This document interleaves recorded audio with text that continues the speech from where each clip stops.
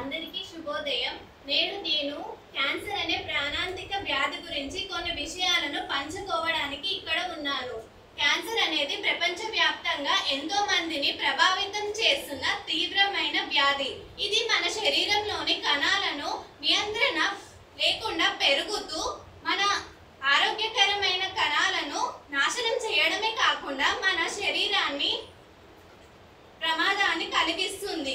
Cancer ఎలా వస్తుంది? ఇది మన శరీరంలోని కణాలు సాధారణంగా నియమిత విధానంలో పెరుగుతాయి, కానీ కొన్నిసార్లు నియంత్రణ తప్పి కంట్రోల్ లేకుండా ట్యూమర్లుగా పెరిగి తయారు చేస్తాయి.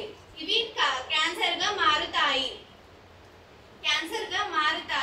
కానీ కొన్ని క్యాన్సర్లు రక్తం, మెదడు, ఎముక వంటి ముఖ్యమైన అవయవాలను ప్రభావితం చేస్తాయి. క్యాన్సర్కు కారణం. క్యాన్సర్ రావడానికి చాలానే కారణాలు ఉన్నాయి. వాటిలో ముఖ్యమైనవి పొగ తాగడం, మద్యపానం, కలుషిత ఆహారం, కాలుష్య పర్యావరణ కాలుష్యం, యూవీ రేడియేషన్. క్యాన్సర్కు గల యొక్క లక్షణాలు. క్యాన్సర్ రావడానికి త్వరగా గుర్తిస్తే చికిత్స చేయడం చాలా సులభం. వాటిలో ముఖ్యమైనవి మన శరీరంలో గడ్డ ఉండడం, మానవ శక్తి తగ్గిపోవడం,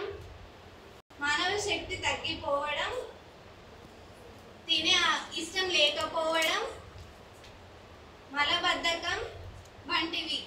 చికిత్స. ప్రస్తుత కాలంలో క్యాన్సర్కు మంచి విధానాలు అందుబాటులో ఉన్నాయి. రసాయన చికిత్స, కీమోథెరపీ, కిరణ చికిత్స, రేడియేషన్ థెరపీ, శస్త్రచికిత్స, సర్జరీ వంటి మొదలైనవి. ఆరోగ్యపరమైన జీవనశైలి ముందు జాగ్రత్తలు తీసుకోవడం వలన మనము క్యాన్సర్ నుండి నివారించవచ్చు. ముగింపు. క్యాన్సర్ అనేది భయపడవలసిన వ్యాధి కాదు. ఇది మన ఆరోగ్యంగా ఉండాలని జీవించాలని సంకల్పంతో ముందుకు పోతే దాన్ని ఎదుర్కోవచ్చు.